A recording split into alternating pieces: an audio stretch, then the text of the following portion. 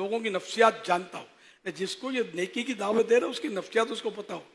اب اس کے سامنے اب وہ دقیق اور ثقیل مضامین لے کر بیٹھ جائے گا تو اس کے پلے خاک پڑے گا. اس لیے وہ میری تو کوشش ہوتی ہے، یہ ثقیل دقیق تو ویسے آپ کو سمجھانے عرض کیا، ویسے یعنی کہ کوشش کرتا ہوں کہ آسان لفظوں میں ان سے بات کی جائے. نہیں سمجھتے لوگ بالکل، یہ فتوے بھی نہیں سمجھتے، بھلے مفتی صاحبان ناراض ہوں، فتوے نہیں سمجھتے. ہمیں پوچھ کے دیکھا یار، نہیں پلے پڑتے. اب ہماری اصطلاحات جو ہے فقہ کی، اس کو تو ہم بدلنے سے رہے. مضمون آسان نہیں ہوتا نا تو یہ نہیں سمجھتے، پھر یہ اپنا اجتہاد کرتے ہیں. اس کا مطلب یہ ہوگا پھر اپنے جیسے دوست کو پوچھیں گے یار یہ مفتی صاحب نے کیا لکھا ہے، تو یہ یوں اب یہ الٹی سمت دوڑے گے کیا، گریں گے بیچارے. تو خیر یہ مشکل بہت ہوتا ہے کہ اس کو آسان کرے آدمی، ہے مشکل سمجھے. لیکن یہ کہ اگر عوام کو سمجھانا مقصود ہے تو ان کی لینگویج میں جب تک نہیں سمجھائیں گے، اپنی علمیت کا جوہر تو دیکھ لیں گے. ہماری مطلب نہیں لیکن یہ صحیح بولتا ہوں، نہیں سمجھتے. یہ میں تجربہ کار میں بوڑھا ہو گیا میں، عوام کے مختلف طبقات میں گھوم گھوم کر نہیں سمجھتے. باہر والے اس سے بھی کم سمجھتے ہیں، ان کو پلے نہیں پڑتا. اردو نہیں پلے پڑتی ہماری، اردو جو سادہ اردو بھی اتنی نہیں پلے پڑتی. اب تو انگلش آ گئی اور مختلف زبانیں. تو کم از کم نا ہمارے ملک میں جس کی قومی زبان اردو ہے، پوزیشن یہ کہ نہیں سمجھتے. کسی کا یہ واقعہ میں بتاتا ہوں، کسی اسلامی بھائی نے برے خاتمے کے اسباب میرا رسالہ کسی بینک کے مینیجر یا کسی کو دیا، مطلب پڑھے لکھے آدمی کو، بینک سے اس کا تعلق تھا. تو اس نے بولا کہ یہ کیا لکھا ہے برے خاتمے کے اسباب، ٹھیک ہے نا، تم مولاناؤں کا یہ بڑا مسئلہ ہے، کیا مطلب ہے اس کا یار، ہم کو تھوڑی سمجھ پڑتی ہے. اب برے خاتمے میں اس کو نہیں سمجھ پڑی، برے خاتمے کے اسباب. تو میں اب برے خاتمہ کہنا کم کر دیا، بری موت کہتا ہوں. مطلب تو اس کا بری موت ہے، تو بری موت میں سمجھ جائیں گے. یہ ایک آپ کو اپنے مدنی انعامات پہلے نام تھا، اب اس کا نیک اعمال رکھ دیا کہ سمجھ پڑ گئی. اسی طرح اور کئی اصطلاحیں ہم نے تبدیل کر دی. اب یہ رابعہ ثانیہ آپ لوگ جو بولتے ہیں، اس کے چٹکلے میں سناتا ہوں کبھی کبھی، یہ سچے چٹکلے جو مجھے بتائے گئے کہ وہ کوئی 2-3 نوجوان باتیں کر رہے تھے طلبہ، اس میں کوئی ان کے ماڈرن دوست بھی تھے.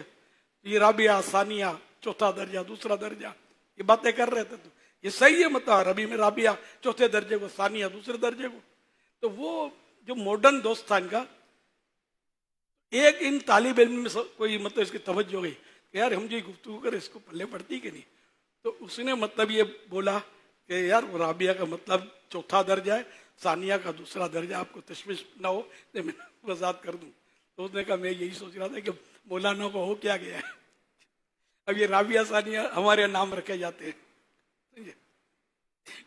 تو اس طرح اور بھی چٹکلے ہیں اس طرح کے. تو اب پھر سمجھا بجھا کر میں نے ترکیب بنائی کہ یار یہ انگلش میں سمجھتے ہیں فرسٹ کلاس سیکنڈ کلاس، درجہ میں نہیں سمجھتے، کلاس میں سمجھتے. اور ثانیہ رابعہ سادسہ اور یہ نئی واقعی عوام نہیں سمجھتے. درجوں کے نام جو ہے نا یہ ہم نے انگلش کرا دیے. اب ماشاءاللہ یہ نافذ تو آفیشلی ہے، طلبہ کی عادت اس لیے ہے کہ یہ ثانیہ رابعہ کر رہے ہوتے ہیں کہ اساتذہ کی عادت نہیں بدلی. ابھی ان کی بدل جائے گی، طلبہ کی بدل جائے گی. اب اللہ کرے آپ کی بدل جائے. آپ فرما رہے ہیں کہ عوام کو آسان آسان آسان کر کے عوام کو بیان کریں، اور آپ فرماتے ہیں میں بھی آسان کر رہا ہوں. اور ایک بینک مینیجر کی آپ نے مثال دی کہ اس کو بھی دیکھو یہ، مگر اساتذہ کو ہو سکتا ہے کہ یہ سوچ رہے ہو کہ بھائی ہم عوام کو نہیں پڑھا رہے، ہمارے سامنے طلباء کرام ہیں، یہ تو درس نظامی کر رہی عوام تھوڑی ہیں، یہ تو مستقبل کے علماء ہیں. تو ان کو مطلب کہ ان کو آپ عوام کہہ رہے ہیں تو ہم ان کو کیسے آسان کریں؟ ان کو اگر آسان کریں گے تو کل یہ اور آسان کریں گے. آج اب ان کو تھوڑا پڑھائیں گے تو پھر یہ تھوڑا ممبر محراب پر بیٹھیں گے تو اندازہ ہوگا نا کہ یہ کوئی پڑھا لکھا ہو، کوئی درس نظامی کیا ہوا، کوئی مولانا بیٹھا ہوا ہے. تو آپ عوام کی بات کر رہے ہو، یہ کہہ رہے ہم عوام کو نہیں پڑھا رہے، ہم تو طلبہ کو پڑھا رہے ہو. طلبہ تو کب عوام ہو گئے؟ اس کا کیا جواب دیں گے آپ؟ وہ مطلب یہ مجبور ہیں، تو سارے ہی مجبور ہیں کہ آسان کرنا جو ہے نا یہ آسان نہیں ہے. اب جیسے ہم اساتذہ کہہ رہے ہیں یہ تھوڑی عوام سمجھتے ہوں گے, یہ ٹیچر میں سمجھتے ہیں, ٹیچرز. اساتذہ میں عام طور پہ نہیں سمجھتے. خود آپ کے طلبہ اساتذہ بولتے ہیں, اساتذہ بولتے ہیں, حالانکہ آپ سمجھتے ہیں غلط تلفظ ہے. تو یہ عوام ٹیچرز. دارالمدینہ ہم نے کتنی کوشش کی دارالمدینہ بولو, اسکول ہی بولتے ہیں. میں بھی پیچھے ہٹ گیا, دارالمدینہ ان کی زبان پہ چڑھتا ہی نہیں ہے اسکول. تو یہ کوشش سب کو کوشش کرنی چاہیے. اگر عوام کو سمجھانا مقصود ہے تو آسان سے آسان تر, ٹھیک ہے ہمارے اکابرین نے جو بھی کتابیں لکھی اس وقت اردو وہ سمجھتے ہوں گے نا لوگ, تو اس کے حساب سے. اب دور جو ہے نا بڑا نازک ہے, لوگ انگلش کی طرف راجی